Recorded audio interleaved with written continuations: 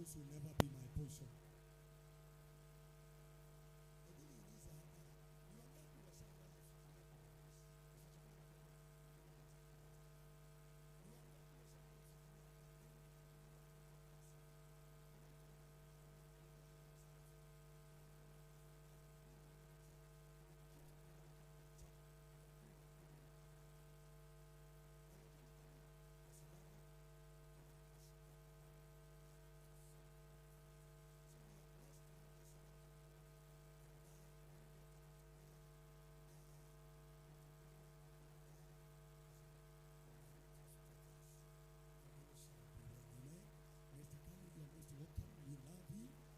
We believe that as you share with us, the Lord will use you in a very special way to minister the word. Most welcome, and may the Lord bless you.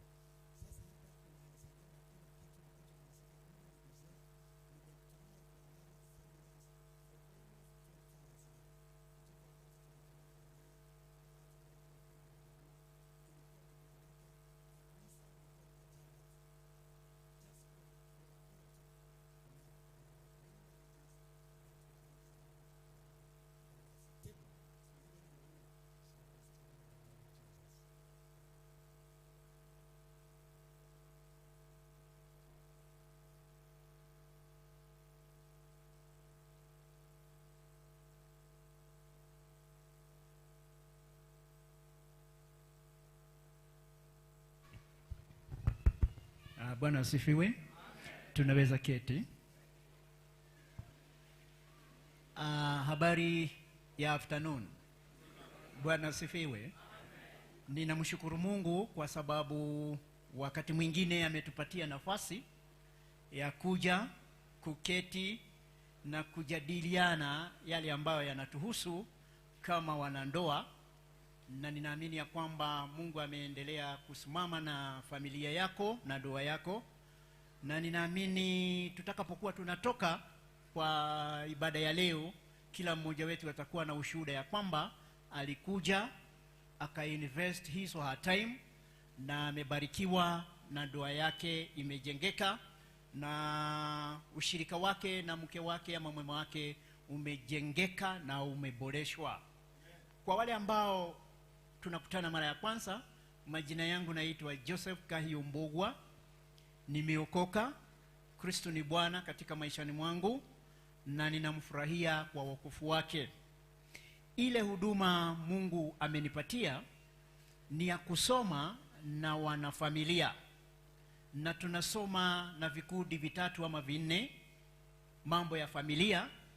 Na kundi la kwanza tunasoma na wao ni wale tunaita pre-marital youth, wale wanalika ambao hawajaoa na hawajaolewa, lakini wana matumaini ya kwamba wangetaka kuoa ama kuolewa, hasa katika mazingira ya Kikristo. Dunia inawaambia wanalika wetu ya kwamba doa si lazima, doa si necessary. Pia dunia inawaambia ya kwamba kufanya harusi si lazima. About a week ago, kijana moja ambaye ni mwanalika, tulikuwa tunajadiliana, akaniambia, ninataka unipatie mpangilio, ningetaka kuoa within 1 year from now, na ningetaka unipatie hatua zile napaswa kuchukua ili nisije nikafanya makosa. Na nikampatia kwa roho safi. Tulipomaliza akaniuliza, sasa hiyo yote nasikia, that is very difficult, that is very complicated, and that is very expensive. Sasa nieleze shortcuts. And it was a very difficult decision ama discussion. Lakini tunawaambia it is possible kijana aishi maisha ya utakatifu na pange na aingie kwa maisha ya ndoa katika mizingi ya Kikristo, akiwa ni mwanalika ambaye hajajinajisi na mambo ya dunia. It is possible. Tu, dunia inawaambia harusi is very expensive. Weddings are very expensive. Na njia moja dunia inatuambia harusi ina gharama kubwa ni what we call marriage shows. No, wedding shows. Tunaonyeshwa sherehe ambazo they cost millions of shillings. But I want to tell you, kama una hizo pesa sawa, lakini kama si lazima, kuna njia unaweza kuoa doa halisi, doa legal, na doa ambayo si expensive. Na zingine hata hasikugharimu, it will cost you for less than 5,000 shillings. And you'll be married properly, legally, and spiritually. If you want to know how to do a wedding that will cost you 5,000 shillings, you can come, we can discuss. It is possible. Pia kwa wale ambao tumeshaoana, dunia inatuambia marriages don't work. Marriages are not working. Pia kwa wanawake wetu, dunia inawaambia you don't need to a man. Si lazima uwe na mwanaume, wanaume ni sumbua. Si lazima uwe na mtu wa kukusumbua ili uwe na maisha successful. You can still be successful without a man in your life. Pia inawaambia, sasa imefika kiwango inawaambia, si lazima uwe na mwanaume ili uwe na watoto. Is that true? Have you heard that message? Si lazima uwe na mwanaume maishani mwako ili uwe na unaweza kuwa na watoto bila mwanaume. Ukitaka kujua, kuja nikuambie mahali wanapata. And we must have another message. We must have a different message na ile ya dunia. Ya kwamba men are necessary, men are important. Women are necessary, women are important. We must tell the world marriage works. And marriage matters. And marriages are important.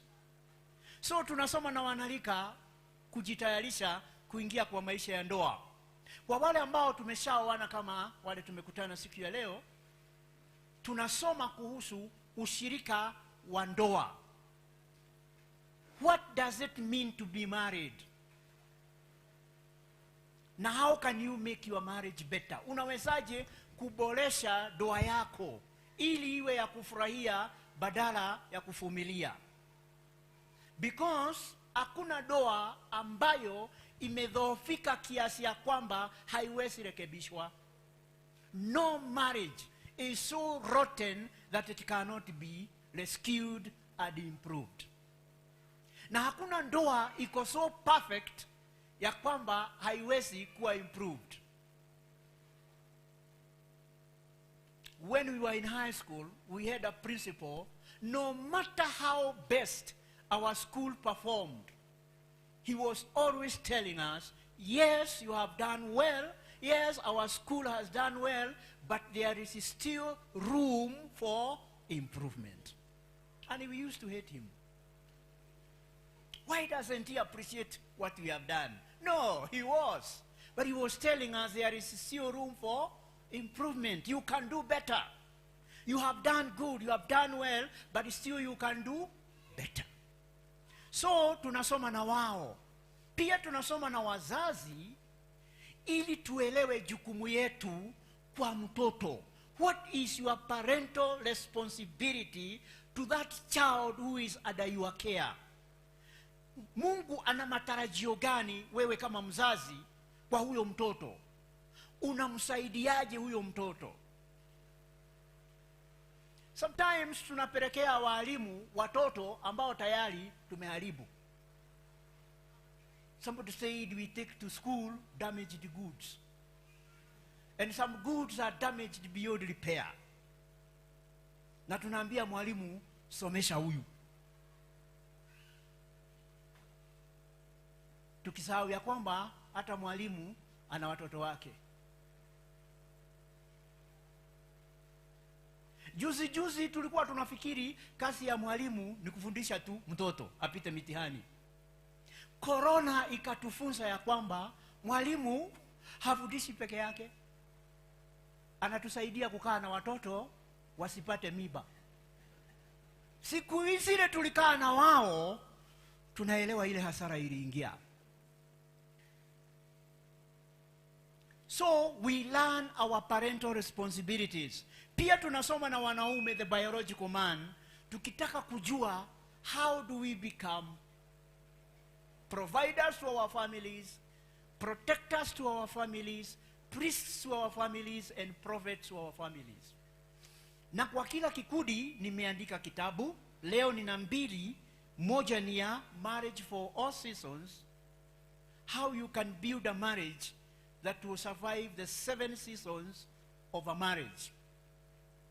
We say every marriage goes through 7 seasons. Each season is about 7 years.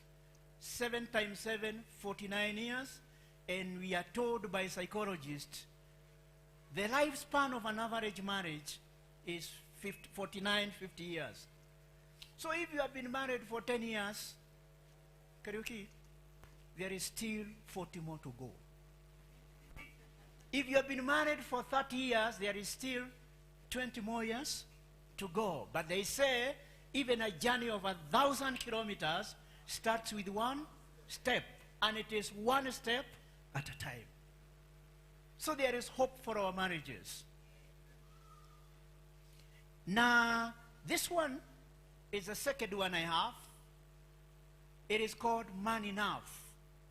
When you learn to be a provider, when you learn to be a protector, when you learn to be a priest, when you learn to be a prophet to your family, to your church, and to your community, then you are destined for greatness. You can be declared a great man. I have a few copies with the usher there. Each copy goes for 500 shillings. I can assure you it's a worthy investment for you, for your family, and even for a friend. And today we want to look at one subject that Pastor has mentioned. It's like he was reading my mind, about conflicts in marriage. Mizozo katika ndoa. Na when we talk about mizozo, tunasema in marriage, tunasema it is conflict management and resolution in marriages. Conflict management and resolutions in marriage. Ni njia ya kumanage mizozo katika ndoa na njia ya kutatua mizozo katika ndoa. Tutakuja kuangalia why we are talking about management and resolution. Na katika ndoa ama mizozo ni nini? Mzozo ni nini? What is conflict? They say in English, conflict is a clash between 2 or 3 desires, needs, aspirations, or dreams, which leads to frustrations on one party or to both of the people involved. Mizozo ni wakati matakwa yako ama mapenzi yako ama mahitaji yako na ya mwenzako hayalingani, hayaendi pamoja. Ama mafikiria yako ama ndoto yako na ya mwenzako haziambatani pamoja. Na katika ndoa mizozo ni kawaida. Somebody said conflicts in marriage is as normal as breathing. Tu akasema ndoa ambayo haina mizozo imekufa. Na njia moja ya kujua ndoa yako haijakufa ni wakati mnaendelea na mizozo. Mnapambana na moja, mnamaliza ingine inatokea, mnapambana, kwa sababu kwa ndoa tunasema you are either in a conflict or they say you you have either come out of a conflict, or you are in one, or you are about to get into another. So mizozo ni kawaida.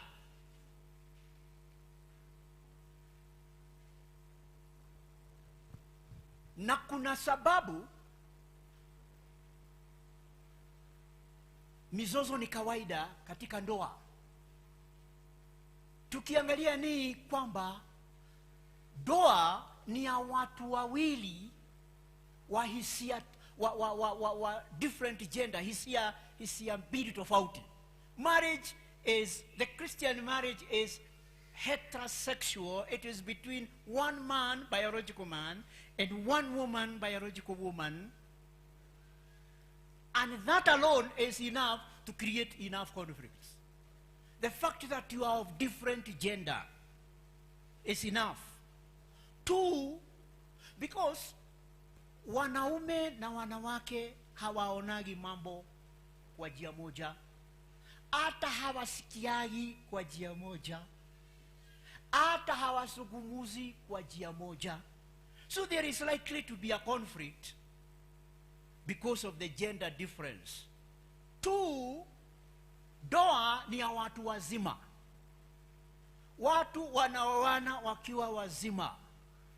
Na ulinikuta nikiwa mtu mzima.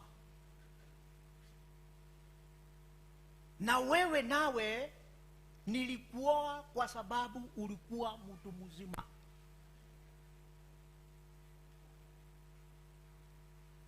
Na hata wakati unasikia nikikuambia sitaki utoto, sisemi wewe ni mtoto, na maanisha wewe ni mtu mzima ambaye ana behave kama mtoto.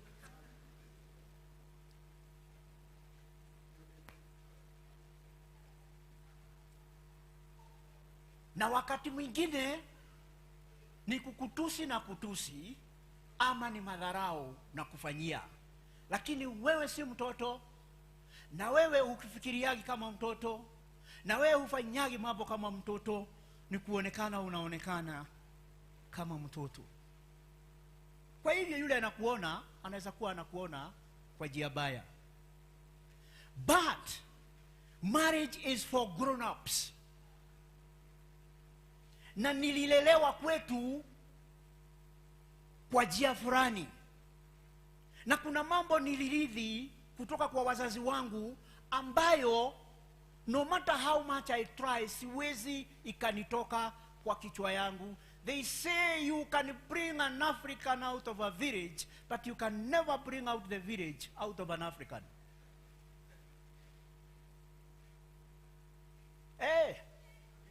Unampeleka Kalen, umemtoa Murang'a Kariuki, na kitu cha kwanza atafanya ni kung'oa maua apande mahindi. Kwa sababu ulimtoa tu Murang'a, lakini hukutoa Murang'a ndani yake. Usimuraumu, ni Murang'a inamsumbua. Sasa, so there are some things I inherited from my parents, because they brought up me the way they knew, the best way they knew how. Hata shida zingine zangu nilitoa kwetu. Usinilaumu. Na diposa ikafika wakati nikahama. Ama unafikiri nilihama kwa vile kulikuwa kuzuri? So, there is a way I was brought up. And I was told this is the way, walk in it. Sasa tukakutana na wewe, nawe ulilelewa kwenu. Hata pengine mimi nina bahati nililelewa na wazazi wangu wawili. Wewe ulilelewa na shosho yako. Sasa ile damage shosho alifanya ni Mungu tu anajua. So when we come to marriage, tunakuja na kitu inaitwa baggage. Mizigo tulibebeshwa, tukaambiwa ndio hiyo ndio maisha. Kumbe ni mizigo. So that upbringing will bring conflict in our marriage. Pengine kwetu mahali nilizaliwa tulikuwa wawili ama watatu. Sasa baba yangu akipika, akinunua nyama, mama alikuwa amezoea kupika fry, nyama fry na dry fry. Unazijua hizo zote? Sasa na zina tofauti na ile mtu anachemusha wanyama chemusha. That's a different story. Unaona? Nyama za kwetu zilikuwa dry, fry, choma. Unaona? Hiyo ni moto nyingi. Sasa Kariuki mahali alizaliwa. Unajua Kariuki ni rafiki yangu, ndio namtumia. Mahali Kariuki alizaliwa, walizaliwa wakiwa 14. Na kila wakati nyama zilikuwa kidogo kuzidi watu. So the mother had to find a formula ya kulisha kila mtu kanyama kamoja na supu nusu garan. Sinaona sasa Kariuki wakikutana na mtu wa fry na dry fry na choma na mambo yake ya chemusha, itakuwa imechanganyikia. But we are saying the way we are brought up is likely to bring conflict. Pia conflict itatokea kwa sababu sisi ni watu tofauti. Sisi ni watu tofauti.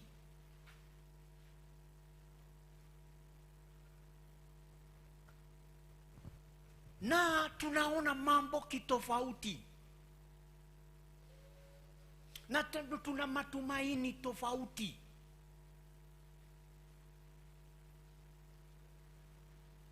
Unajua, mke wangu, she's so keen on how people dress. Now you can understand the problems I have. She's so keen on how people dress, and she's so keen that you are not supposed to crush colors, and she's so keen that those colors have to match, and she's so keen even in the style. Sinaona ni Mungu amenisaidia mimi. Unaona ile matatizo ninayo. And she's so particular about colors. So, sometimes I wake up in the morning and dress up. Ama even want to dress up. I go to bathroom to bathe. And I come out. And she asks me, umeoga?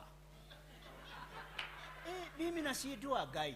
Sasa ananiuliza kama nimeoga, si nimetoka kwa bafu. Unauliza hivyo ndugu yako? Umeoga? Na ukifikiri anakuuliza haraka hivyo. Wewe ni msafi haraka hivyo.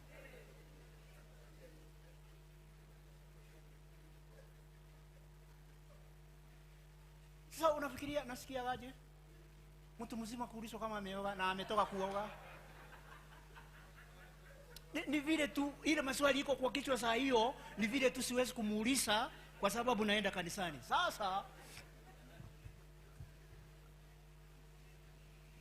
ama nafaa nguo nafikiria niko tayari kutoka, ananiuliza hiyo shati umevaa unaenda nayo wapi?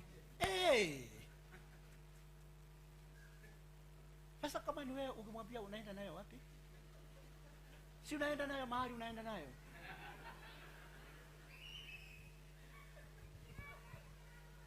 Unamuuliza hii shati ina makosa gani? Anakuuliza wewe huoni? Unamuuliza nifanye nini sasa? Enda toa. Na ni mara ngapi nimesema sitatoa, anasitoi. Ukituona sisi wanaume town tuko na shati zingine, tulisema hatutoi na hatutoi. Lakini tulikuwa tumeambiwa tufanye nini? Tutoe. Lakini mimi wanaume ningetaka kuwashauri, ukiambiwa toa ni vizuri kutoa. Kwa sababu ya imani, na amani, ni vizuri kutoa. Toa tu. Okay, utaumia lakini ni vizuri kutoa. Toa. Kwa sababu ukienda nayo ujue utarudi nayo wapi. We enda tu surura town nayo, lakini jioni ujue utarudi nayo wapi. So kwa sababu ukirudi jioni unaambiwa sasa wale watu wote walikuwa wanakuona na hiyo shirt, walikuwa wanasema nini? Nawe kwa hiyo innocence unasema hawakusema kitu. Walisema ni vile hukusikia. So we are different. We are different. We see things differently and we hear things differently.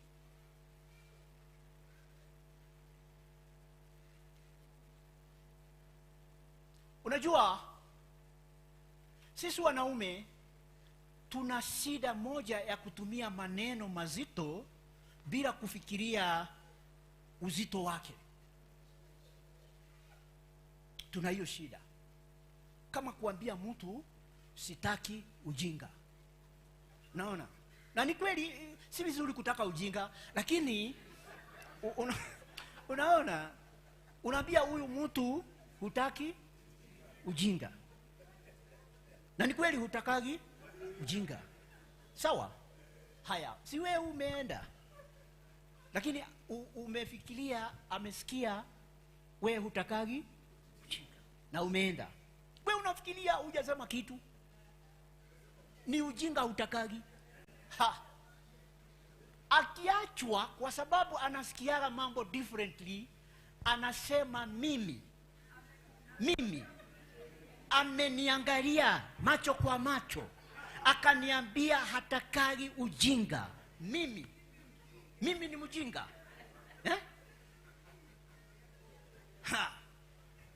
Hanijui. Mimi ni mjinga. Nakaa hapa kwake nikiwa mjinga. Nikamzalia watoto 4 nikiwa mjinga. Na manage hii property yake yote nikiwa mjinga. Alafu analala na mimi nikiwa mjinga. Ngoja. Jioni unakuja. Wewe ulisahau vile ulisema. Unajua wewe una tabia ya kusema mambo ambayo ni mazito lakini uonagi uzito wake. Unaingia na hata unajaribu kuwasalimia. Habari zenu. Wewe. Haya. Wananyamaza. Umeuliza habari zenu, wamenyamaza. Unaendelea tu kuwachochea, unawaambia mumeshidaje? Hey, wewe unachokoza. Atakapolipuka utahitaji malaika kumshikilia asichome hiyo nyumba. Because we hear differently. Tena sisi vile tumeumbwa wanaume tuko different kiasi ya kwamba maisha ya psychology ya mwanaume ni kama masanduku ile ya posta. Kila barua sanduku yake, kila barua sanduku yake, kila barua sanduku yake. Na barua iliyo hii sanduku haisubii ile iko hii sanduku. Kila barua, mambo yetu tunaweka kwa kila barua sanduku yake. Kiasi ya kwamba naweza kukosana na mke wangu na nitoke nyumbani na sina shida na mwanaume na mwanamke mwingine yeyote. Ni kwa matatu na wasalimia kwa upole. Kazini na wasalimia kwa upole na heshima. Hata mama mboga na msalimia kwa upole na heshima. Kwa duka ni hivyo tu, mzee wa nguvu, mzee wa heshima. Kwa sababu hajakosana na Hawa. Na Hawa hawamwambii hakuna sukari. Na hawamwambii mtoto ni mgonjwa. Hana shida na Hawa. Hey. So, lakini So I can survive. I can survive. I can go and come back. Sina shida na nimefanya yale ambayo nilikuwa nataka kwenda kufanya. Lakini mwanamke hajajengwa, hajaundwa hivyo. Mwanaume ameundwa, hisia zake zimeundwa kama ile knitting wool. Imechanganyika. What affects her here affects her here. What affects her here affects her here. And her life is that those knitting wool. Ikiharibika, itaharibika yote. So, akikosana na bwana yake, atakosana na matatu kondakta. Kwa sababu wanaume ni wale. Atakosana na boss. Atakosana na mtu wa butchery. Atakosana na kila mwanaume kwa sababu wanaume ni... It's the same. So, we are saying we are different. So, we are likely to have conflicts.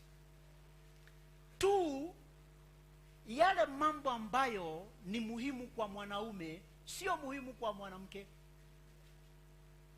Our priorities are different.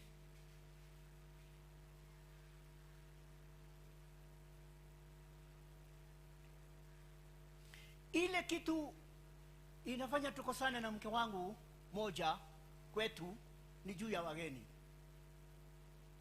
Wageni kwetu inakuwa ni area of conflict. Kwa sababu mimi nataka niambiwe hao wageni wanakuja kufanya nini. Hiyo lazima nielezwe.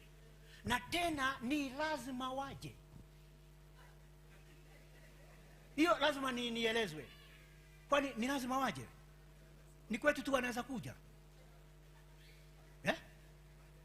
Si wanaweza kwenda kwingine? Naona wewe tuko pamoja. Sasa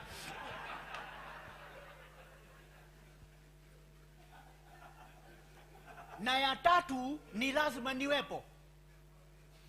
Ni lazima niwepo.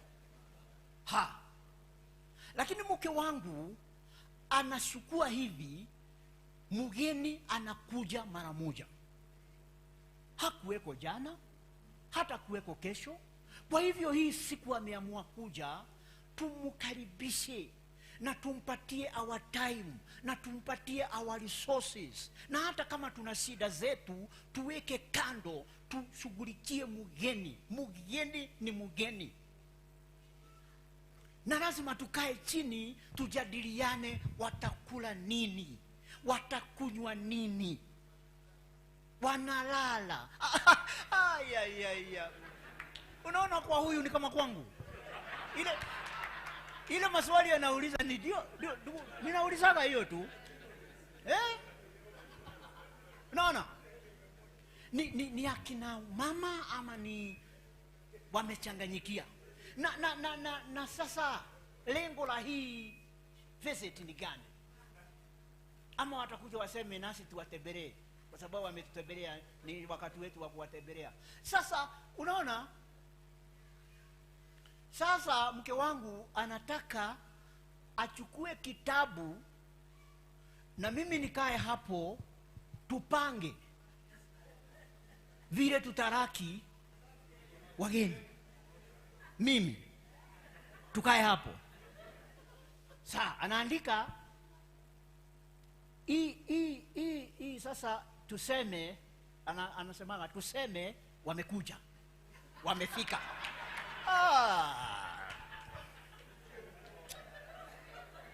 Hawezi kusema peke yake wamekuja. Sasa wakija wakute kuna ile kitu ambacho watakula, ikiwa ni light appetizer, hiyo tunaandika hapo appetizer. Supu tunaandika hapo, tunaandika na si ati nimekaa hapo nimenyamaza. Anakaa akiniuliza tuko pamoja, kwa sababu hii kitu ni lazima tuwe pamoja. Sasa tunangangana tunaandika, alafu main nasema lazima kuwe na nyama ya boil. So kwa sababu kuna wale ambao hawakulagi hii nyama zingine sawa, nyama boilo. Kuna wale ambao wanatakaga dry fry, na kuna easy. Tunaendelea, alafu nyama haiwezi kukuliwa kafu. Sasa kuna mboga, aina kadhaa za mboga. Sasa kitabu tumalize ati wanakunywa chai ili waondoki.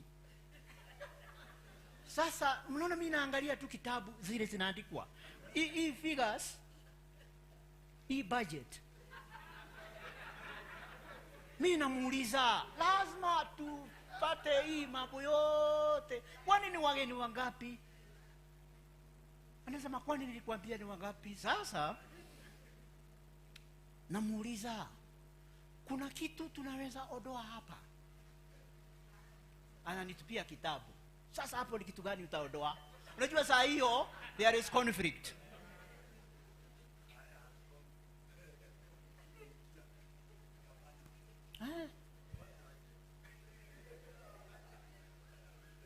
Ndipo sasa unaona wanaume wengine wanaomba maombi na utuondolee wageni.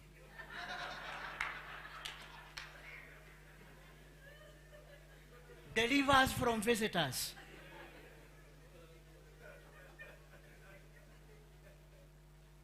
But the problem is not visitors. The problem is how we see it. Me, I'm seeing the financial implications of this visit. Itatuachaji. Mama Faith mke wangu anaangalia the impression we are supposed to create. Na ile inatakikana niwe hapo, because she wants us to create an impression that we are a family. Oh God. Tuko pamoja na tutakaa pamoja na sisi tunaendelea kuwa pamoja. Sasa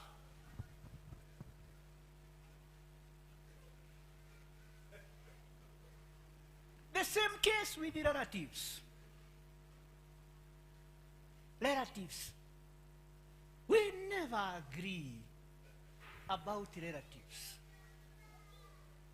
because some of them just make trouble for others. So kitabu tujui, hey, Madhe alikuwa amepiga simu. That is how it starts. Madhe alikuwa amepiga simu, na mimi naruka kuuliza alikuwa anataka nini, kwa sababu kama anataka kitu aseme. Lakini sikututembelea. I hope sikututembelea. Wanaenda kwa Angela kumtembelea kesho Jumamosi. Sasa akasema Friday atapitia hapa. Lazima apitie, si aende direct. Si kuna matatu za direct. Sasa hii unajua naye Madhe anataka to kill two birds with one stone. Si auwe moja tu na atocheke.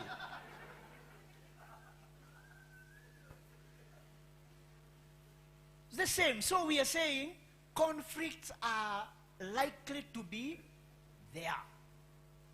Even on a spiritual level, conflicts are likely to be there because the devil is still in this world where we live. There are several areas or several issues which are likely to create conflict in a marriage. Kuna mambo ambayo yametabulikana na wasomi wa ndoa ya kwamba inaweza kuchochea conflict. Moja ni watoto. Watoto si sehemu ya doa. Na doa imekamilika iwe na watoto na isiwe na watoto. Children are not part of a marriage.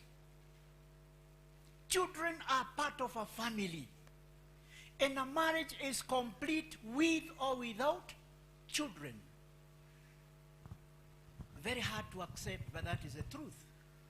But children, when they come, they affect the marriage. And in fact, researchers say children do not improve a marriage.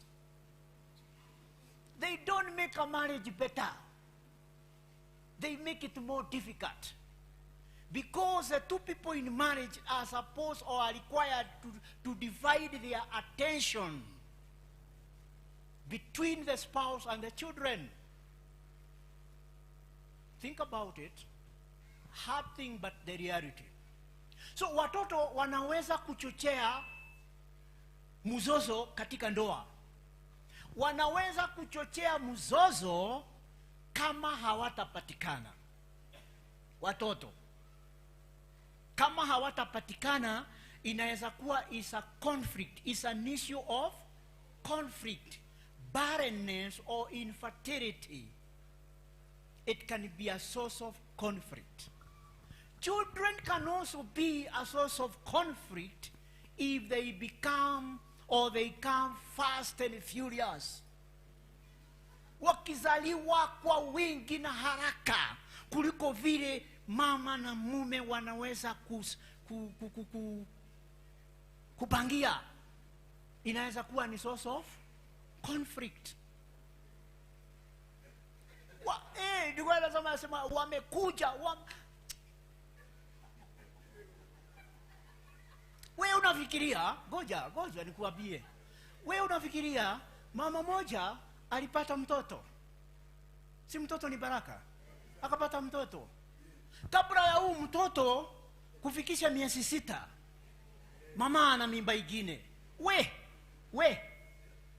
We mzee. Utajua utakaa wapi? Na hakuna kitu kibaya umefanya. Ni watoto wanakuja haraka kuliko vile mumejipanga.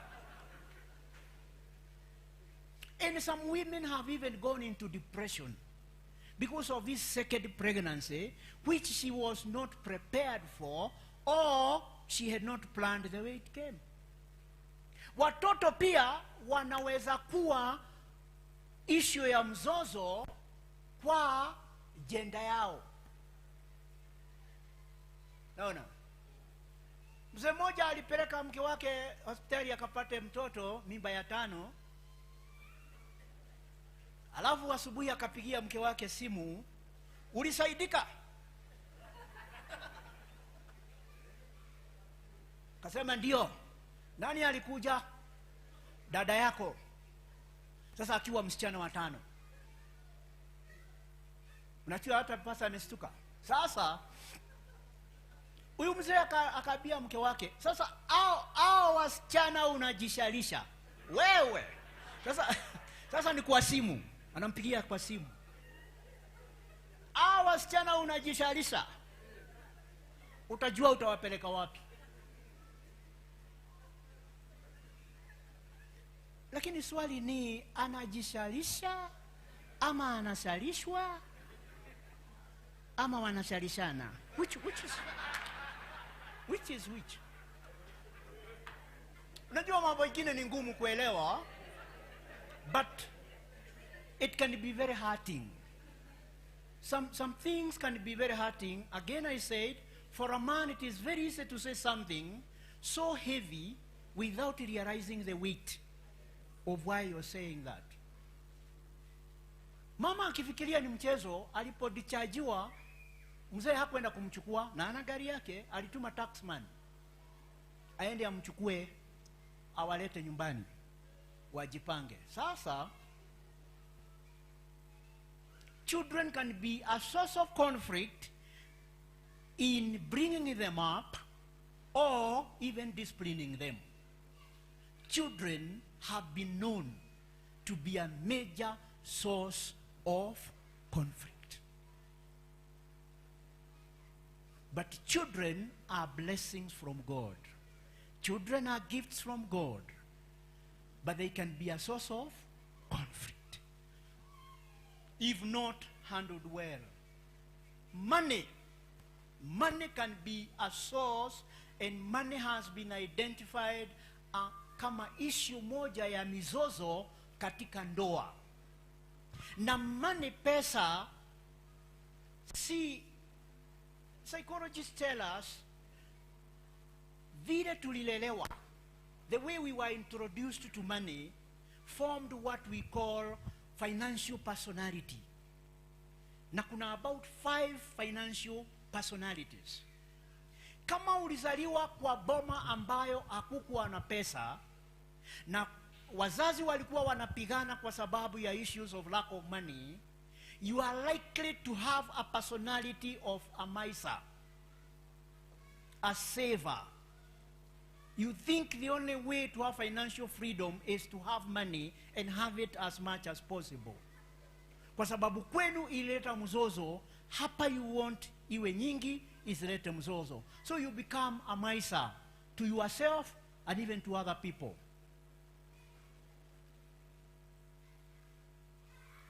And savers and misers are the best customers that the banks have. Because they want to keep money and they can't keep it at home, they take it to the bank to keep for them. And the banks are very happy, and the banks pray for more misers and savers. They are very good customers. They never withdraw. They only deposit. Kama ulizaliwa kwa familia ambayo pesa hasikuwa shida na pesa zilikuwa zinaingia na zinatumiwa, you are likely to be a spender. And you are not so much concerned about saving as much as you are concerned about spending. Money come, money spent, money go. Now there are super savers and there are super spenders, giving us about 5 financial personalities. Money can be a source of mzozo. Na ninaambianga watu, kwenu si ati hakuna pesa. Kwenu si ati hakuna pesa. Shida ni haitoshi. Shida ni hakuna ukweli ni kiasi gani iko. Na ndiposa mama anaweza kuambia mzee, hakuna sukari na hakuna pesa, tupatie pesa tununue sukari. Mzee naye anasema, haki kusema ukweli sina. Sasa hiyo nyumba hakuna sukari na hakuna pesa. That is the information, that is the message that have been exchanged. Usiku wa manane, mwizi anaingia. Hakuweko mchana asikie hakuna sukari na hakuna pesa. Amekuja, anasema anataka pesa, na kama hatapatiwa pesa ataua mtu. Na hachezi. This is not drama, this is real. So mzee anamwambia, usituue na usitudhuru, nina giribiri kwa ile jacket. Mama anastuka, guy. Si alisema hakuna pesa? Aya, mwizi anachukua hizo giribiri. Anasema hii haitoshi. Mkifikiria ni mchezo, anarukia mzee, anaangusha, anakanyanga kwa shingo. Anasema nitaua mtu. Mama anasema usimuue. Usimuue. Nina giri 5 lakini ni ya chama. Unajua pesa ya kina mama inakuwa ya chama. Sasa mwizi si member wa chama, kwa hivyo atachukua. Atakapokuwa ameenda na giri gapi kutoka kwa hii familia? 7,000. 2 kutoka kwa mzee na 5 kutoka kwa mama. Lakini saa moja the message that was communicated, hakuna pesa na hakuna sukari. Sasa mtaachwa na mwizi, hamuna pesa na hamuna sukari, for real. So let us learn what we call financial transparency, so that let us learn to understand our financial language.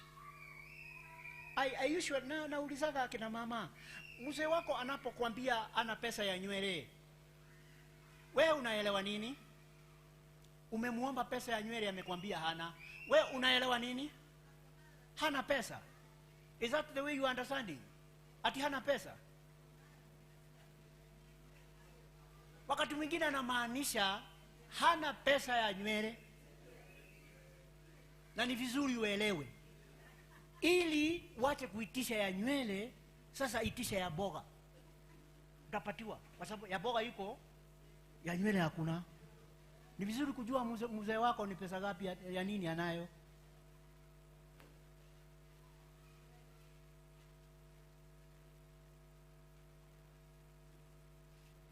Hey, mzee akiwa ana pesa na mama ana chama ana yake ama ni ya nini, unasikia mama anasema nitakupatia ile ninayo. Ndugu yangu, ukisikia sentence imeanza hivyo, hiyo ni language ya mkopo. Nitakupatia ile ninayo, lakini lazima urudishe. Ni ya chama. Ndugu, utachukua pesa ya kina mama ya chama, lakini lazima urudishe. Na kama hutarudisha, haya utajua Shylock si yule anajulikana. Sasa, so money can be an issue, and many marriages have been messed up by money.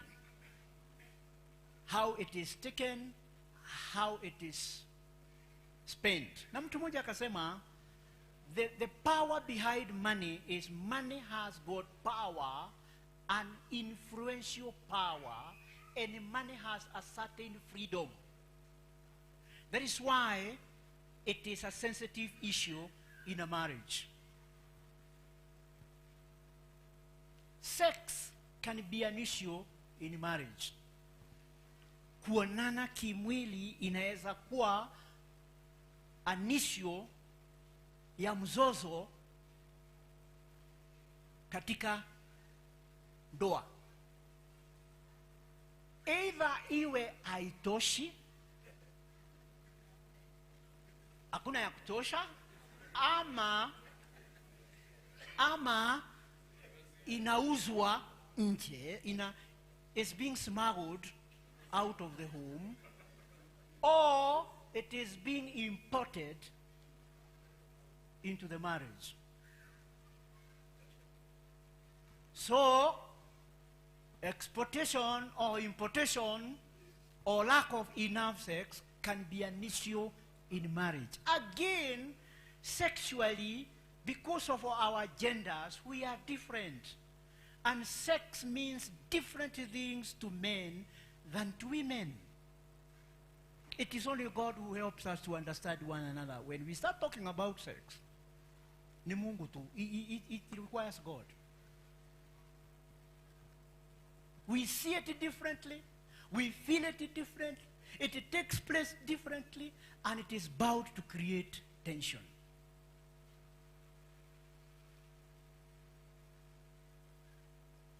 Friends, marafiki can be a source of conflict. Wakati nilioa mke wangu, alikuwa na marafiki. Yeah? Na tulipoana, marafiki wake automatically sasa wakawa ni marafiki zangu. Marafiki zake.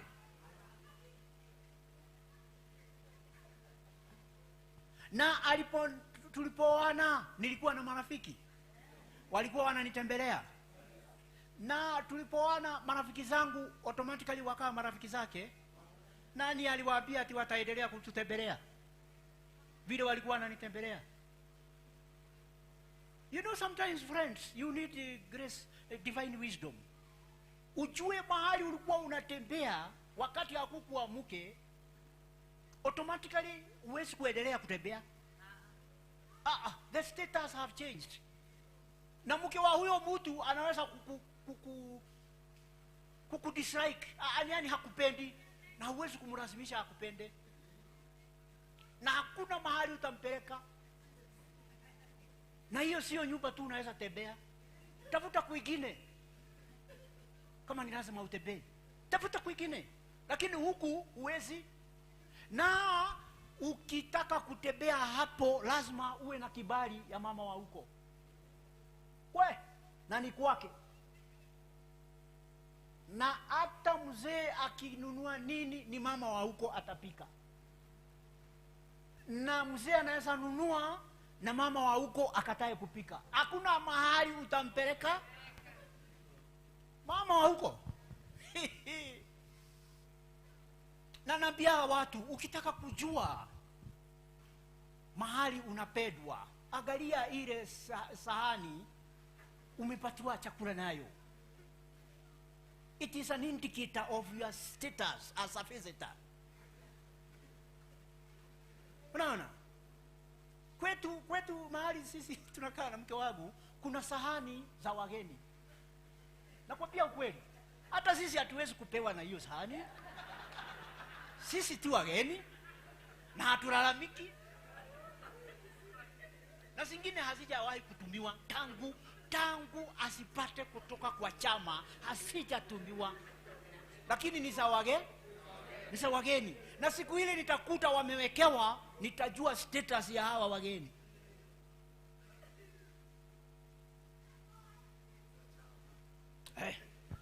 Kwetu tunaanzaga na sahani ya pusi. Kuna sahani ya pusi kwetu. Anakulia hapo kwa sababu yeye ni pusi wa hapo. Alafu tunakuja ya wenyeji.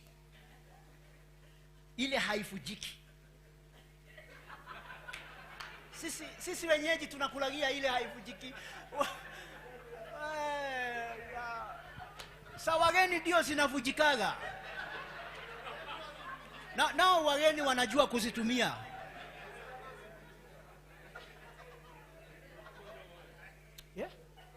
Kwetu ni kungumu. Tunakaa kwa neema. So, I can tell you your status as a visitor in our house by the kind of cutlery that you have been served with.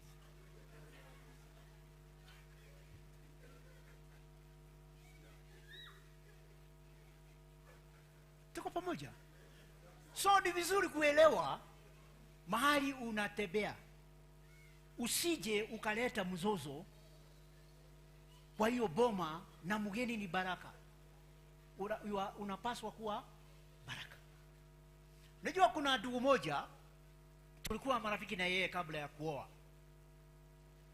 Tulipooana na mke wangu, sijui walikosania nini, hata waleo sijaelewa. Sijui walikosania nini na mke wangu. Na mke wangu akaniambia, huyo rafiki yako, unajua amekuwa describe aje rafiki yangu. Huyo rafiki yako umwambie hapa ni kanyanga. Wewe unaanza kumwambia hivyo? Huwezi kumwambia hivyo. Lakini utajua vile utamshunguza hata yeye asike unamaanisha nini. Unaona?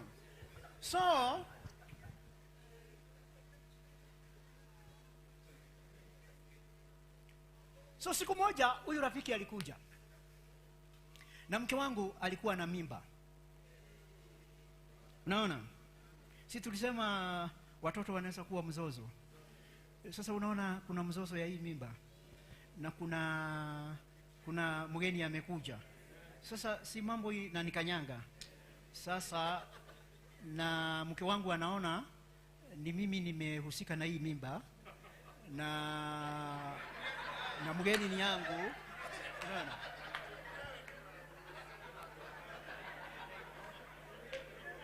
Sasa unafikiria insecurity. Usalama wangu uko hatarini. Kwa mimba nimehusika na inamsumbua, kwa mgeni nahusika na anamuudhi. Unaona? Sasa binti kaa hapo nikimuuliza madam, huku ana chai?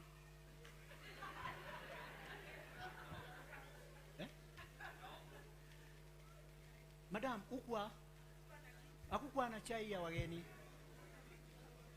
Unaona? Na ninajua iko, lakini siwezi kwenda kuchukua kwa kitchen niletee mgeni, kwa sababu sisi na mgeni na chai tunaweza kujikuta nje.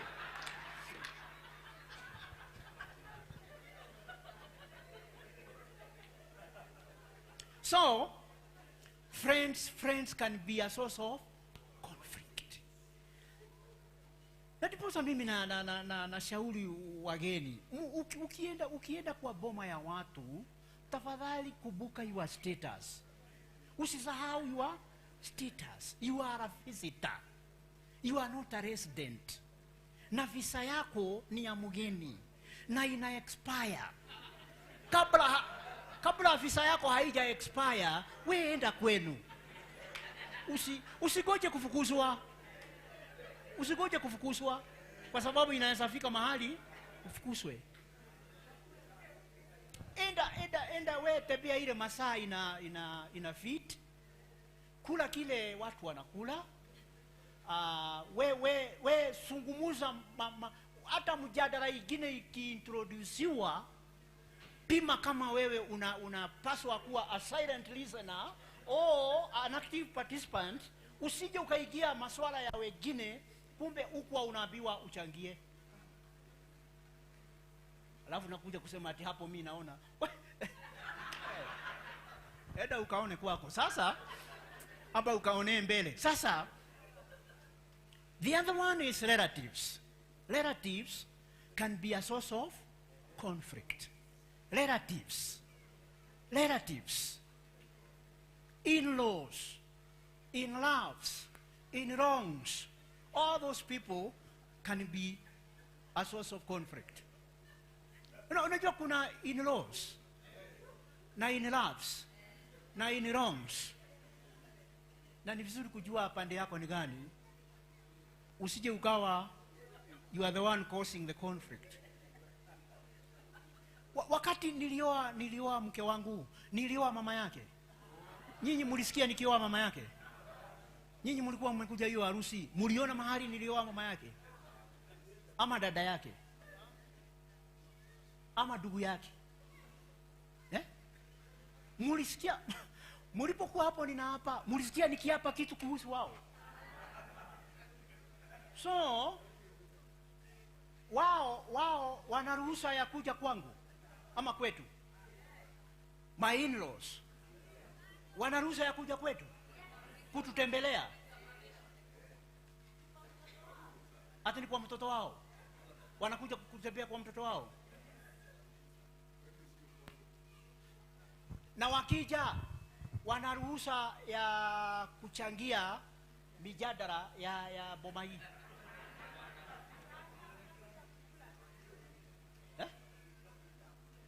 Lakini jiulize, wakati mama yangu ametutembelea, alafu anauliza mke wangu, kwani huyu umpatiagi chakula? Mke wangu anasikiaje? Na unajua hakuokoka zamani. She's young in faith. Ni kama nataka kuambia mama yangu, si umuchukue ukampikie. Kama umeona amekonda, si uende na yeye ukampikie. Kuwe na shida nikija kumchukua. Sasa unaona mama yangu akinichukua akanipikie. So hata mimi naambiaga wazazi, ukienda kutembelea watoto wako, please remember you are a visitor. Ukikuta unajua kuna mama wengine wanapika chapati kubwa kama hii Biblia. Chapati Old and New Testament combined together. Usiniulize inapata moto aje, kwa sababu hata mimi sielewi. So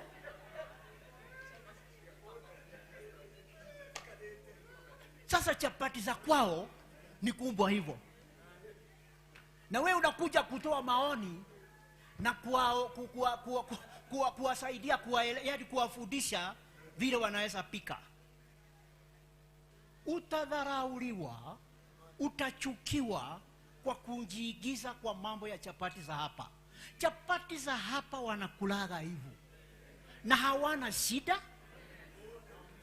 na wanaendelea kula.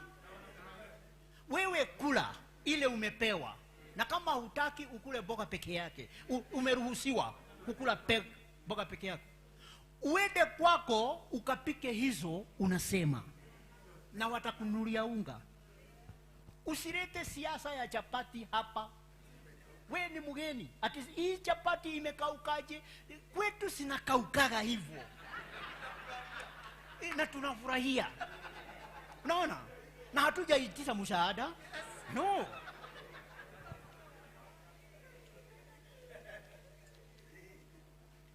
Ati kwani chai hapa mnaweka majani nyingi aje? Hivyo. So we are saying, let us respect people's marriages and people's homes. And unless you are invited to an issue, please usijiigize. Unaweza kuwa watu wa katikati ama peke yako. Dreams, hopes, careers can also be a source of conflict.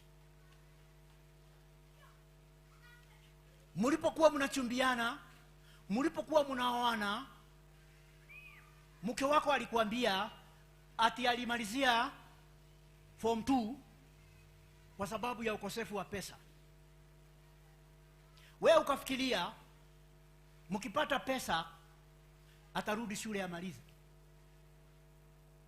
Sasa pesa iko na msomi yuko na anaweza rudi, na serikali imepanga mipango ya watu kusoma wakiwa wazee. Umwambie sasa, dada yangu, ni wakati wa kurudi shule. Sasa hiyo ndio utakuja kugundua hakuacha shule kwa sababu ya ukosefu wa fedha. Alimalizwa na masomo, ama yeye na masomo wakamalizana, ama akamaliza masomo na sasa yeye na masomo ni wakwe. They are in-laws and they keep their social distance. Sasa utamchukua tu na ile anayo. Ile Kiingereza anayo ambayo ikifika kwa antu na intu inachanganyika, ndio atakaa nayo. Tuko pamoja?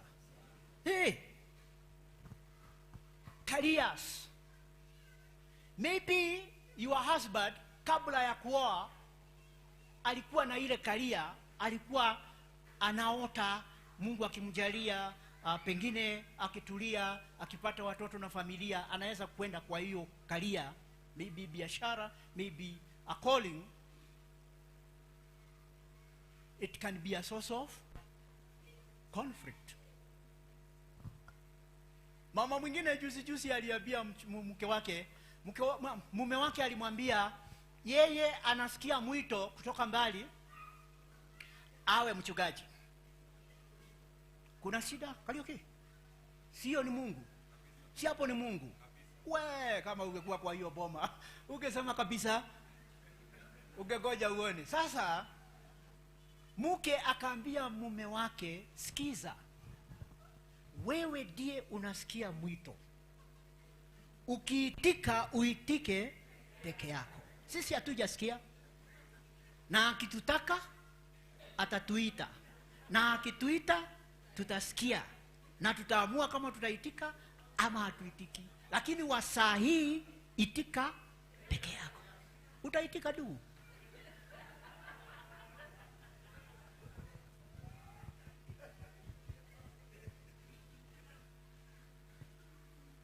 So we are saying careers, dreams can be a source of conflict. Finally, even health. Health can be a source of conflict. Hakuna mtu agetaka afya yake idhoofike. Lakini watu wanapooana, wakati mwingine afya ya mmoja wao inaweza ikadhoofika. Na inaweza kuwa a source of conflict either because of the extra demands on the care or because of the financial drain because of the treatment. And it can be a source of conflict. Now, ukiangalia hizo areas zote na hiyo conflict, then we ask ourselves, if that is the case, kama ni hivyo conflict ni kawaida, tufanye nini kwa ndoa? One, let us not always see conflict in a negative way. Tusione mizozo kwa jia negatively. One, tulisema inaonyesha, inadhibitisha ya kwamba this marriage is alive.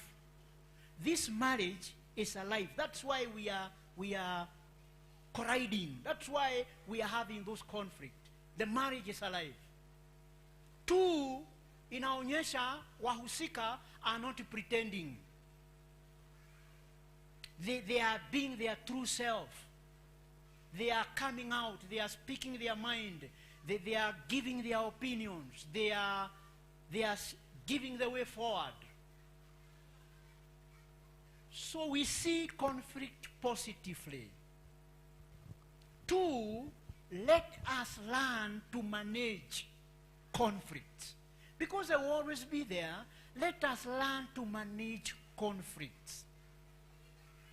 Ya kwamba, hii mizozo haiji kumaliza doa zetu. Inakuja kwa sababu tumeshaoana.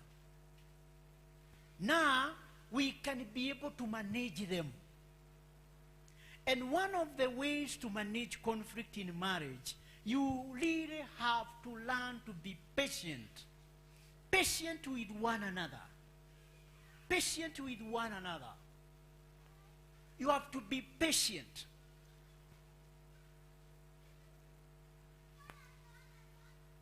Unajua mwenzako her boiling point. Unajua mwenzako his boiling point. Na dalili za kuanza kuchemuka. You have to learn to know them. There are always ways my wife starts sentences, and the little experience I have with her, I know this is going to be tough. We need the grace of God. If we have to see tomorrow, we need the grace of God.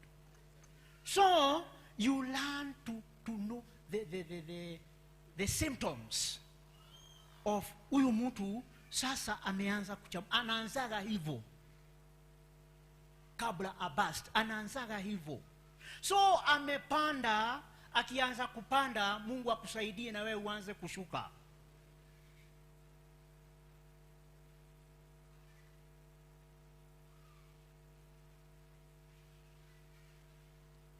So you learn to be patient with your partner.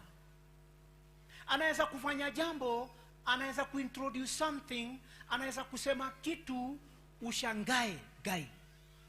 Ameokoka. Ameokoka. Ama akwambie kitu ushangae, nani alimtembelea nilipoondoka? Lakini hakuna mtu amemtembelea, pengine shetani, lakini hakuna mtu amemtembelea. So you have to learn to be patient with one another. Patience is a fruit of the Holy Spirit. And patience is needed or required in marriages. You have also to be patient with that conflict. Kwa sababu kuna conflict zingine will only be solved by time. Only time will solve that conflict.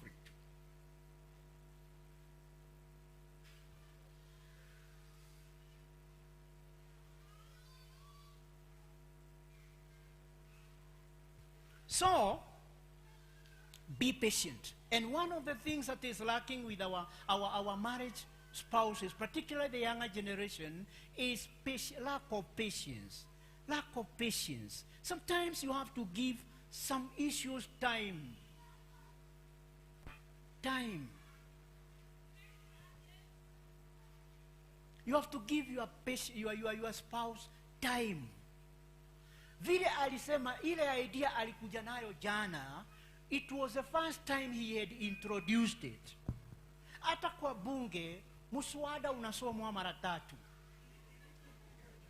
Alileta hii ulisikia mara ya kwanza jana.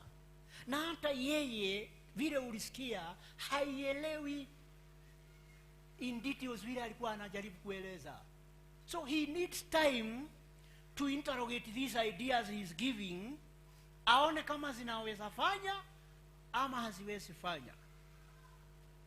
Na usimutukane na usimutusi na usimudharau. Wacha aeleze, kwa sababu kazi moja yako ni kumsikiliza. Whether he is talking nonsense or sense, your duty is to listen. Umsikilize.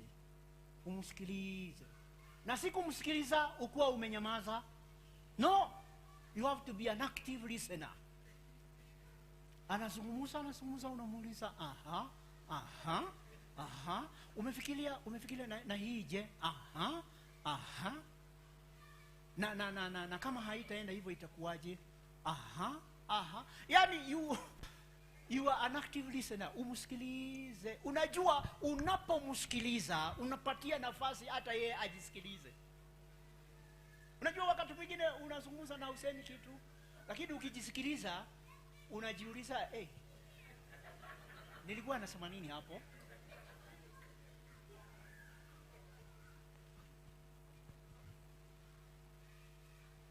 So unamsikiliza.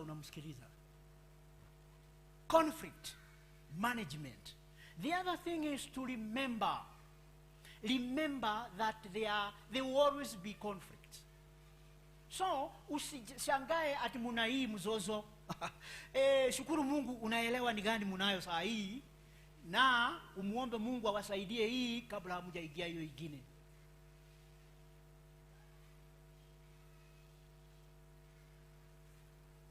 Unajua wakati mwingine tukiwa kwa nyumba tunakaa tu, unapigiwa simu na mtoto yako anakupigia simu na anakuonya usikate simu, ni yeye amekupigia. Sisi kama unapigia simu kama hizo, mtoto anakuambia na usikate simu, ni mimi nimekupigia, kwa hivyo nimejipanga.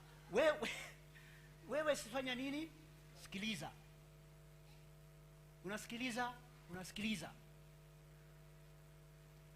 Utakapomaliza hiyo simu, ndugu yangu, umeisha nguvu. Hata ile ugali ulikuwa umebakisha utamaliza. Hiyo simu imemaliza hiyo appetite. Mke wako anakuuliza, kwa nini huli? Namwambia nafikiria. Nini? Kile nani amesema. Kwani amesema nini? Muna discuss.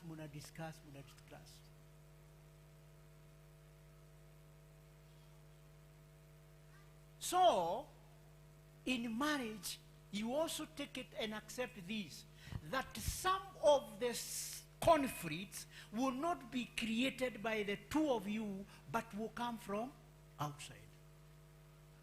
And we say in marriage, if you take care of what is between the two of you, what is from outside will not destroy you.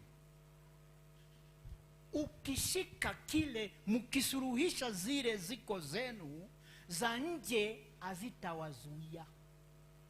No.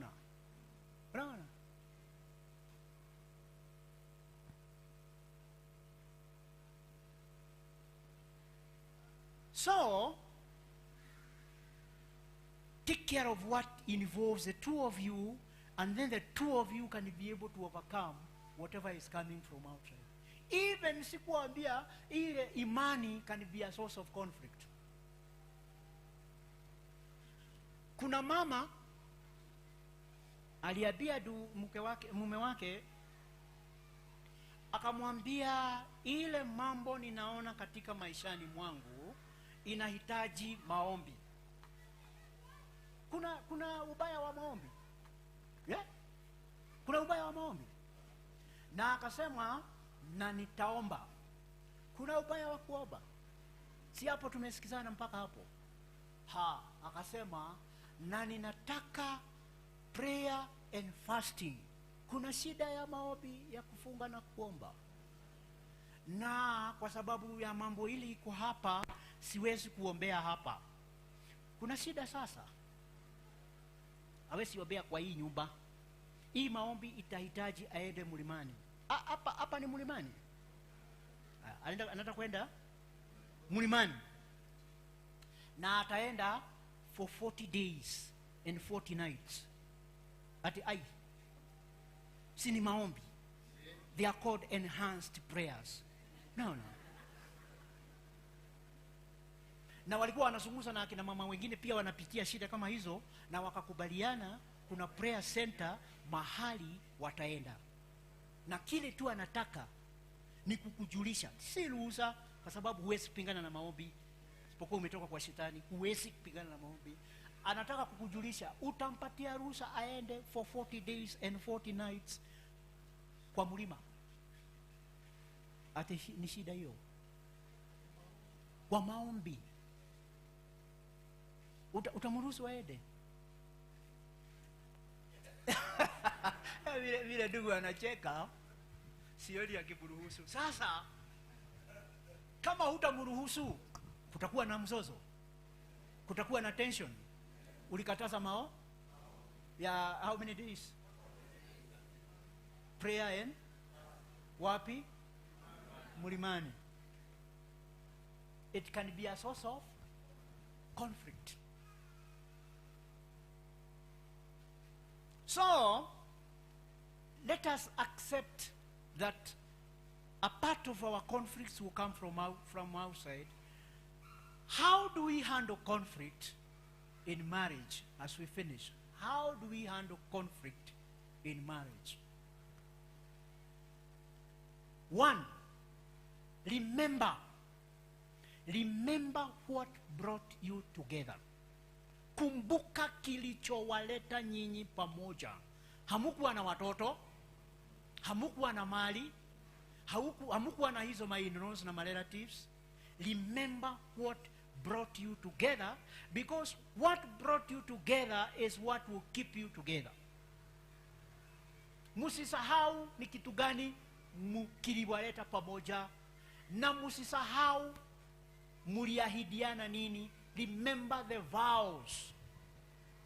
Remember the vows you made. Whether you made them in church, in the presence of God and people, whether you made them, the two of you, under the candlelight of the street light, wherever you made the vows, remember your vows. 2, remember you took each other for better or for worse. Meaning, there are some things will turn out the way you expected, and there are things will may not turn out the way you expected. Remember your vows. Some things in marriage cannot be solved by anything else other than time. Be patient. Wait. They that wait upon the Lord shall renew their strength. Wait upon God. Give your spouse a chance. And finally, forgive. Learn to forgive. Learn to forgive. And even before you are forgiven, learn to let your spouse win. Learn to let your spouse win. Sasa kama tutabishana usiku mzima na nikikuachilia ushide, si tutarara? Kama badala ya kupishana usiku mzima, hatujapata, hakuna mtu ameshinda, ni draw, na tumekosa usingizi na hatuja solve any problem, si niruhusu ushide tulale? Kwani ukishida kuna shida gani?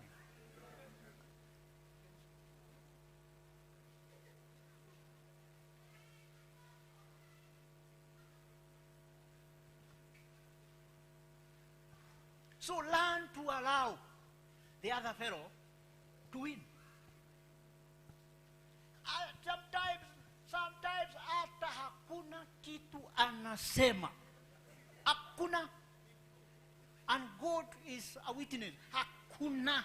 Hasemi kitu, lakini yeye anafikiria anasema kitu. Wacha aseme amalize. Umuulize. Mtu wa gai, umemaliza. Sasa umetosheka. Unataka iwe hivyo. Na iwe hivyo.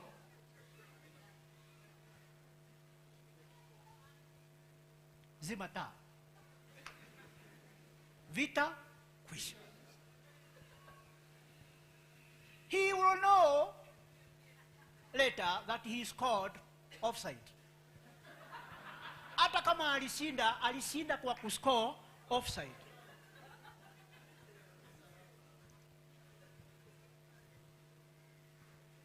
Na hiyo si fair. Hiyo si fair. Lakini aliscore offside. Na akashangilia akiwa yeye mwenyewe peke yake. Na hata watu wengine watakuja kujua aliscore offside. Wacha a win. So forgiveness is the final one. Learn to forgive. Learn to forgive. Siku moja nilikuwa hakimu sehemu za Kiambu, sitakwambia wapi. Na mama mzee akaletwa kotini, amepiga mama, amemfunja mguu kwa shoka. Alikuwa amemgonga kwa shoka, kamfunja mguu. Na mama kapelekwa hospitali, akatibiwa, akawekwa plasta. Sasa mzee akashikwa, akaletwa kotini, wakafanya kesi. Mzee hana defense. Anasema ni hasira. Hasara. Sasa koti kamwambia kulingana na mujibu wa sheria ulifunja sheria na nini na una hatia. Lakini mke wake akasema kabla hujamfunga nataka kusema kitu. Akiwa na plasta kwa mguu, akasema mimi ninataka umsamehe. Tukamuuliza, "Tumsamehe?" Mufanye nini? Twende na yeye nyumbani. Akakuvuje mguu hiyo ingine? Tukamuuliza hivyo. Akakuvuje hiyo mguu ingine? Akasema hapana. Akasema hata mkimfunga mguu yangu haitapona kwa hiyo. Hapo ni kweli? Ama itapona akifungwa? Hiyo ni madawa, si ndio? Akasema mkimfunga ni yeye, he is our provider, he is our breadwinner. Na mguu yangu imevunjika.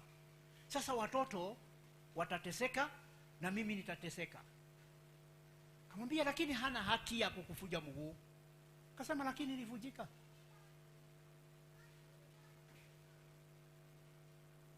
Tukauliza mzee wewe unasema nini? Akasema mke wangu akisema nisamehewe, tafadhali nisameheni. Ugamsamehe?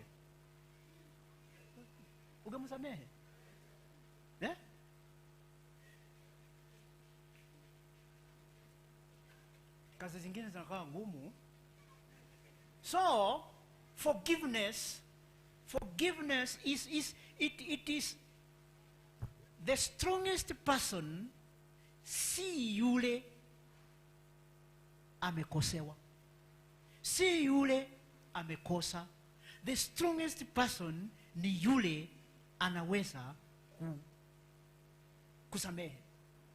The strongest person is the one who is able to forgive. That's why God remains stronger between us and him, because he forgave us. Mumenikosea, nina haki ya kuadhibu, lakini nimewasamehea. Nendeni na msirudie tena. We have to learn to forgive. And some things are so painful to forgive because Some of them are betrayals. Mume wako amepata mtoto na mke mwingine na mwanamume mwingine huko nje, na ameshikwa, na kuna documentation, na kuna DNA, na kuna mashahidi, kuna kila kitu. Na akiulizwa anasema, kwani kupata mtoto na mwanamke mwingine nimeua mtu? Hajaua, lakini ameumiza mtu. He has hurt somebody. And this lady will take years to heal this hurt. And the only medicine to get healed is to forgive. So some of the things in marriage, dawa yake ni kusamehea. It's so painful, it's so hard, but it is the best medicine. The best medicine is the strongest, and it is usually the most bitter. Anasema nisamehe. Na hata wakati mwingine hasemi hata mbia, nasema nisamehe. Na kesho wacha tugage ya leo. So we learn to forgive. And those are conflicts. Ukiona wanaume wanatembea na wanarudi kwao jioni na wanatoka huko asubuhi, ndugu yangu, yale wamesamehea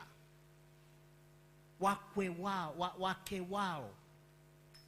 Some of it is so painful. Some of it is so hurting. But the best medicine is, if you ask your friends, they will tell you, chase her away. If you ask your relatives, they say you are a fool. Unafanywa hivyo na unaendelea kujiita mwanaume. If you ask your age mates, they will tell you, hata wewe umevumilia. Sisi together kitabu. But to forgive or not to forgive, it is a personal decision and choice. It's painful, but it is the best medicine. Ukiona wanaume wanawake wanatembea hapa, ile mambo wamesamehe ni nyingi.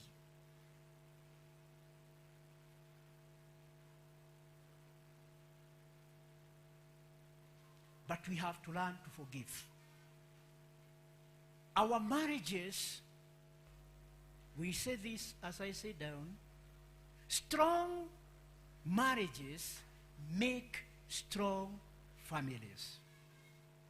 Strong families make strong churches.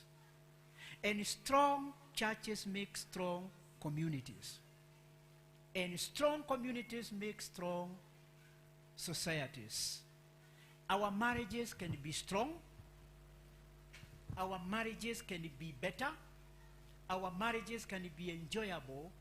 But we have to learn how to manage and to resolve conflicts. Some conflicts may require intervention of a third party. Some conflicts inahitaji mtu wa tatu aje awasikilize, aje atoe maoni yake as an independent, objective person. There is no problem with consulting a third party. Maybe a pastor, maybe a counselor, maybe a senior Christian, maybe a friend who knows you better. There is no problem with consulting a third party. Some marriages may require more than that party. That is why we are saying, sometimes back, hatukuwa na issue ya divorces kanisani, hatukuwa na issues ya separation kanisani, but now they are with us. Now they are happening in church. Mchungaji was sharing with us an experience of somebody. So, there are issues we can no longer ignore. The church cannot ignore. The marriage people cannot ignore. But they have to learn how to manage and resolve conflict. We say, if you will not resolve the conflict in your marriage, that conflict will dissolve your marriage. If you don't resolve the conflicts in your marriage, those conflicts will dissolve your marriage. And we are saying, dissolution of our marriages is not our portion. We're saying it is not our option. Divorce should not be our option. And we are not saying that we don't have people, we don't have friends, we don't have church members who are going through separation, who are going through divorce. But we are saying, before it gets there, resolve your conflicts. Before it gets to separation, to divorce, resolve your conflicts. Maybe from our sharing, Mchungaji, I don't know how many minutes you can allow us. A question or two. I don't know. Maybe from what we have shared, kuna swali, ama kuna comment, ama kuna mahali ungetaka clarification, just for a few minutes before we give back the meeting to Mchungaji.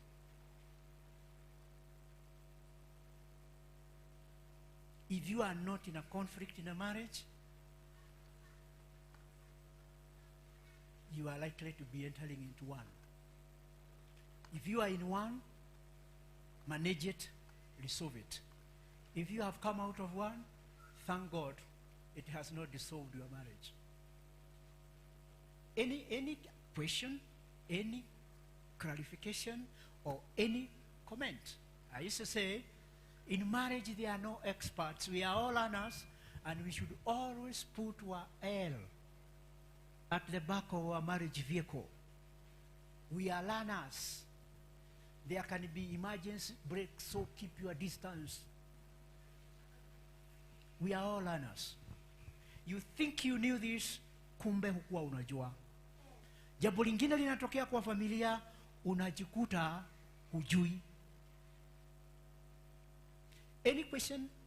If there is no question, we will give yes or sister. I don't know whether somebody will help you with the mic. Ningetaka kila mtu asikie vile unachangia. Mike?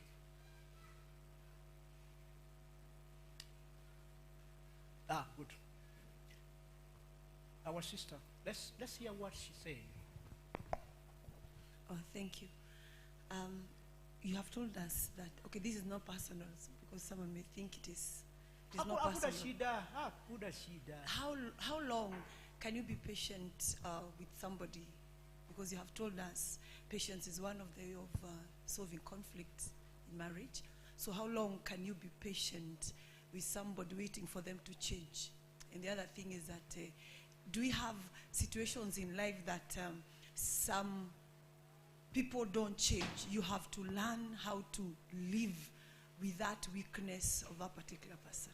Yeah, how if we're saying be patient with your spouse, how long? It's very difficult to say for how long, but as long as the Lord will give you the grace.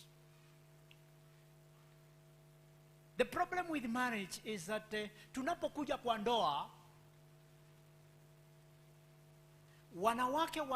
tunapooa wanawake wanakuja kwa ndoa wakifikiri watatubadilisha sisi wanaume. Mwanamke anakujaga kwa ndoa akijua huu jamaa si kamilifu. Wanawake na wao ni wengine, anajua huu jamaa si kamilifu, lakini nitambadilisha. Sawa, wewe kuja tu. Naye mwanaume anakuja kwa ndoa akijua hatabadilika.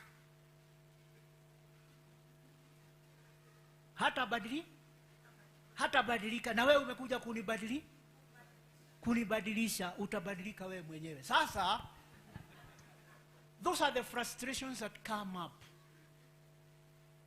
But women women are able to change their husbands, because women are a little bit patient with the people, and women have a way of achieving what they want to achieve in a very non-violent way, kwa kurudia. Hawakufagi hope, tumaini. Mwanamke atakwambia mimi na mwishowe utaona badala ya kuendelea na hii vita, wacha niachane nayo, wacha awin. Men resist change. Men don't like change, and men resist change. Women want to change men, and men resist change. And those are areas of conflict. Women have no problem with changing. Women change because they know if they don't change, and this marriage, I usually say this, doa ina madirectors wawili, mainvestor wawili, na ni vizuri kujiuliza, hii doa ikivujika, ni investor gani ataumia zaidi? Si both of them, usidanganywe. Si both of them. Itategemea nani ameinvest what. Biashara ikiharibika, inategemeana wewe uliweka gapi. Sasa, women invest more in a marriage than men. Anatoka mpaka Kisii. Kisii. Wewe unajua Kisii? Kisii ni bali. Anatoka Kisii kwa watu wao, anaenda mpaka Murang'a, mahali hajulikani na hakuna watu wao. Imagine, right? Alafu akifika Murang'a anasema, kutoka leo Mungu wako atakuwa Mungu wangu, na watu wenu watakuwa watu wangu, na mahali utakufia ndio nitakufia, na ndipo nitazikwa. Kutoka Kisii mpaka, alafu hapa na hajulikani, anaanza kulima, anapanda madizi na kahawa, na anazaa watoto 15, mahali hajulikani, mahali hakuna watu wao, na akijua siku ile hii doa itavujika, hasara kubwa itampata gani? Ikiwa atarudi Kisii, ni Mungu atamsaidia. Tuko pamoja? Doa ikivujika, mzee anaweza oa tena, lakini wewe jaribu kuoleka,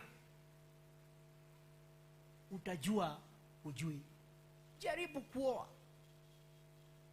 So you ask yourself. That is why women are said to have invested more in a marriage union than the man in the marriage. And that is why women are so much concerned with the security and stability of this marriage. Because ikifunjika wataumia. Lakini ndugu yangu, usidanganyike. Yeye ni mjanja kiasi ya kwamba anajua hii yote inaweza tokea, na amejipanga. Na tangu alipoingia kwako alianza kujipanga, na amekuwa akijipanga.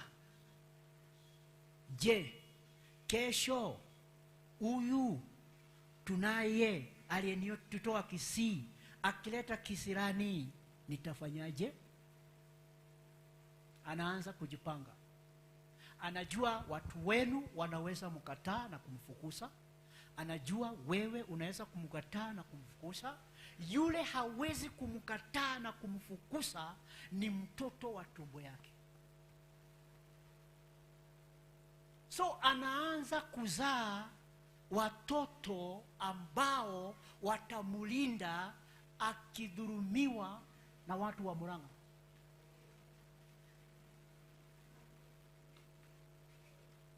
Hey, utakuja tu ndugu yangu na watu wenu, mutakuja tu siku moja, munataka kumdhulumu, apige simu,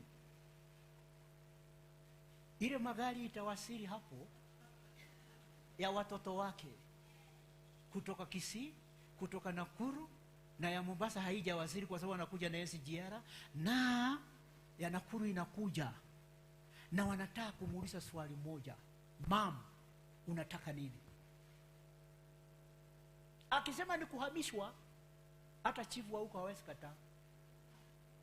So she tries to protect, to create her own system of network, because she knows ikiharibika ni yeye ataumia. Usimuraumu akijipanga.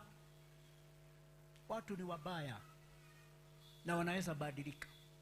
So you can be patient as long as the Lord gives you the grace.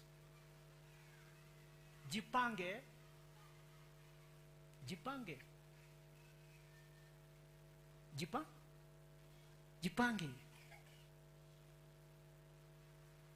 That's what I can say. Na kama hata badilika, we badilika. We fanya nini? Badilika. Na Mungu ana uwezo wa kubadilisha mtu yeyote yule ambaye amelengwa kwake. God is able to do what we cannot do in marriage. So there is hope. I don't know whether I have answered the question. Good? Yes, ndugu yangu. Yeah. Yeah. You told us about how to handle conflicts in marriage, yeah? Yes. And you said that remember what brought you together will keep you together. Yes. Assume what brought a couple together was finances. And it has all gone. Haiko tena. Yeah. Or you are saying what brought the couple together is finances and they are gone. No, those are not the things that bring people together. Money doesn't bring people together. Inachangia tu. There are two things that bring people together. Women come to marriage because of one single reason. All the others are secondary. Security.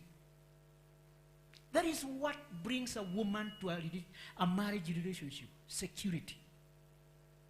Mke wako alipokubali umuoe, ile ilikuwa iko kwa kichwa yake ni usalama wake. With who is she more secure? That is her question. Love, fulfilling the gospel, all the scriptures, all these others are issues, are secondary. But security.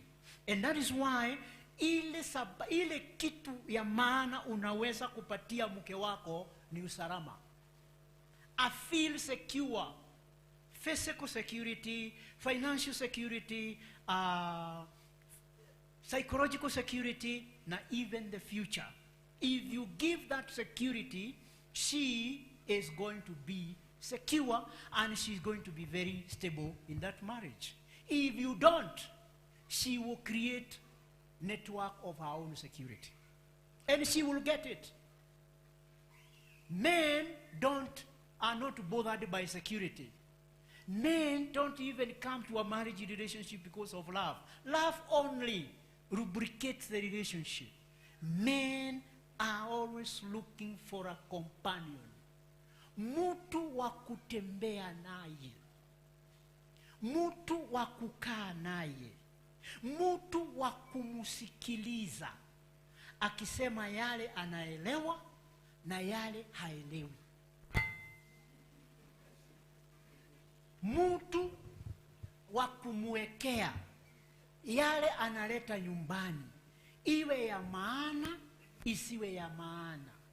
Mwekee. Don't criticize your husband for buying a car that does not move. That is not your work. Mume wako akinunua gari na haiendi, that is not your business. Kwani ni gari yako? Alikuuliza akinunua? Na ndiposa unaona mume wako analeta gari ananunua, haitembei, ikiletwa kwenu inabidi ifurutwe na igine. Sasa ikifika nyumbani mama na watoto wanaulizana, "Boy, yetu ni hii inatembea ama hii inafuruta hivi?"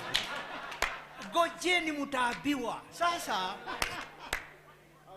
akikuletea usimukriticize, usimwambie amekoniwa. That is not the issue. Muweke. Jaribu utafute mahali huko kwenu kwa compound, muweke. Ameleta kwa sababu ana value nayo. Na tena hiyo gari ni classic. Muundo wake si ya kawaida. Na tena imeharibika kitu kidogo sana. Ikirekebishwa itaenda. So, na siwe utarekebisha. So, mume wako akinunua plot. Mume wako akinunua plot. Rumuruti. Laikipia. Mahali hata ukimwambia akupeleke akuonyeshe hawezi. Hakubuki, walipelekwa wakiwa wengi. Lakini anajua ni 50 by 100. Na ana title kwa sababu plot ni title. Na hiyo plot yake, akiwa kwa hiyo plot anaonaga maduka pale.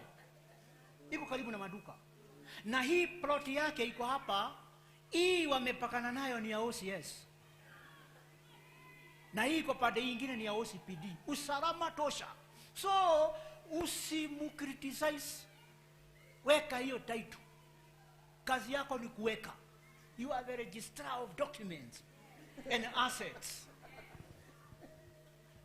Hawezi kupeleka hiyo vitu kwa chief. Tuko pamoja? Mume wako ni mtu wa kuota. Anaota. Hafanyi, anaota. Alitafuta companion wa kusikiliza akiota. Akianza kuota, weka chai. Mkunywe akiota. Na usimwambie amuke. Hawezi kuota kwa mke wa jirani. Hamjui. Si companion wake. Mtu anaotea kwake. So unamsikiliza akiota. Kwani akiota amefanya? Akiota kununua basi amenunua. Si ni kuota anaota. Na hata wale wana mabasi walianza na doto ama basi. Sasa amekosea wapi? Doto. Mume wako ni mtu wa ideas. Zile anajua na zile hajui. Zile anaelewa na zile haelewi. Sasa akija kukueleza ile idea anafikiria, wewe sikiliza. Kwani wewe una zako? Kwa nini hukumwambia una zako? Si yeye amekuja na idea.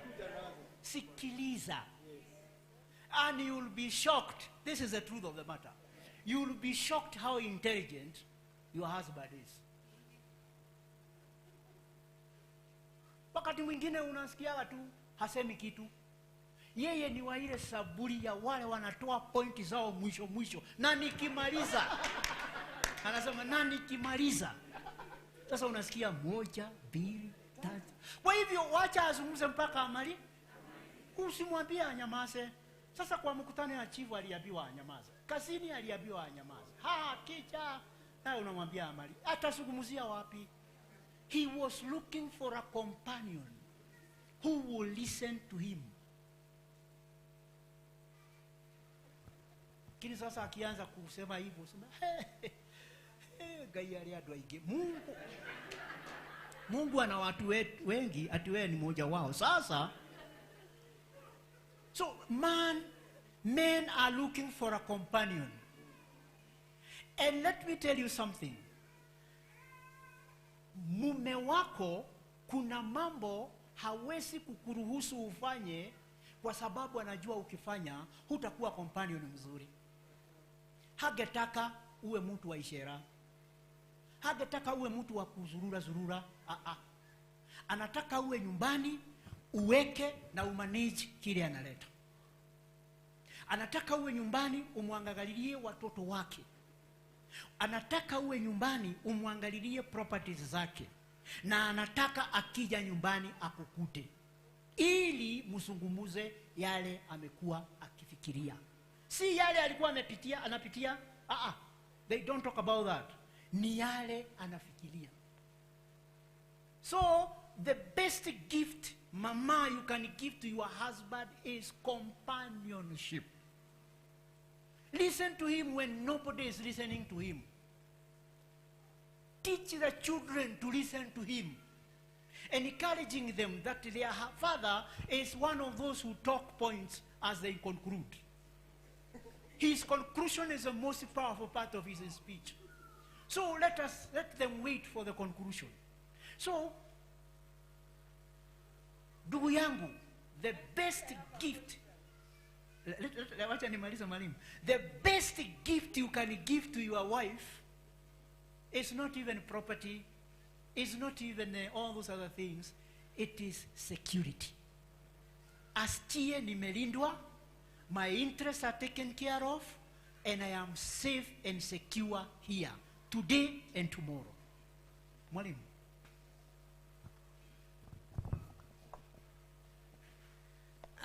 Okay, I don't know whether it's a question, but I tend to feel, is that the 21st century woman? That's my question now, Dr. Because when I look at it, the many divorces that are taking place is because of the generation that we have. Because I've seen several marriages where they're writing a memorandum of understanding.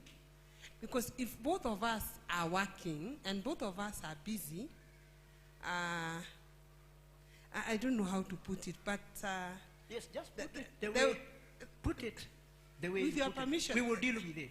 The woman that we are talking about here may not be, at some point, the 21st century woman. That's my feeling. Yep. Because we now have to sit and discuss issues. I'll not just listen. I could also give points. Okay? Yep. And yeah, that is one. I'll not just sit and look after your property. I also feel I can also contribute to the property. Yes, true. I tend to, yeah, that's, okay. That to me is the 21st century woman. That's true. Because if we encourage a woman to just sit and wait for the man to bring, I think it is tough. We both have to, I bring, he brings, it is laid on the table, and then we know the way forward. Because from where, at the point I am at, I've seen parents who are, that's one source of separation or conflict. Yes. And then I would have, maybe if our pastor would actually give you another chance, because to the many parents that I've talked to, I tend to feel, I wish you talked, also you expounded a bit about how sex is a source of conflict in many homes. Because I tend to think...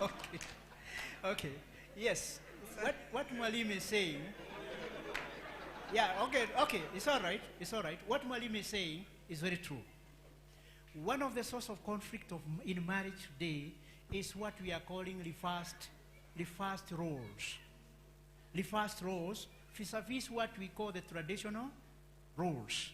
That the 21st century woman is different from the other women, and she has to be handled differently.